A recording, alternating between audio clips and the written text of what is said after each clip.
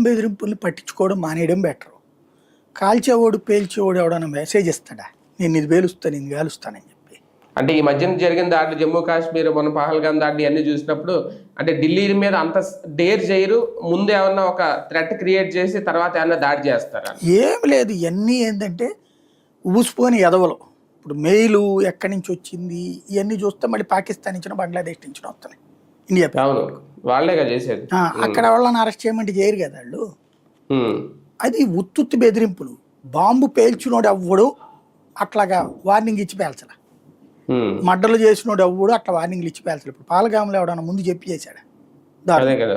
ఉమ్, ఎవడు చెప్పలా. మొన్న ఢిల్లీలో వాడు డాక్టర్స్ మాడ్యూలోడు ఒకడు చచ్చాడు కదా, వాడు జస్తా 13 మందిని అప్పుడు పేలుడు పేల్చుకుని చచ్చిపోయాడు కదా. ఉమ్, అవును. వాడు ఏమన్నా ముందు మెసేజ్ ఇచ్చాడా? ఏం లేదు.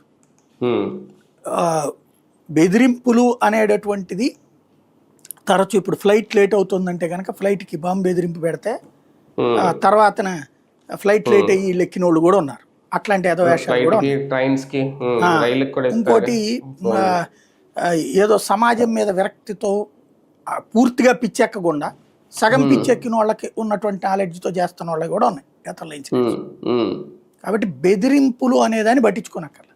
కానీ ఢిల్లీకి థ్రెట్ అయితే ఖచ్చితంగా ఉంది.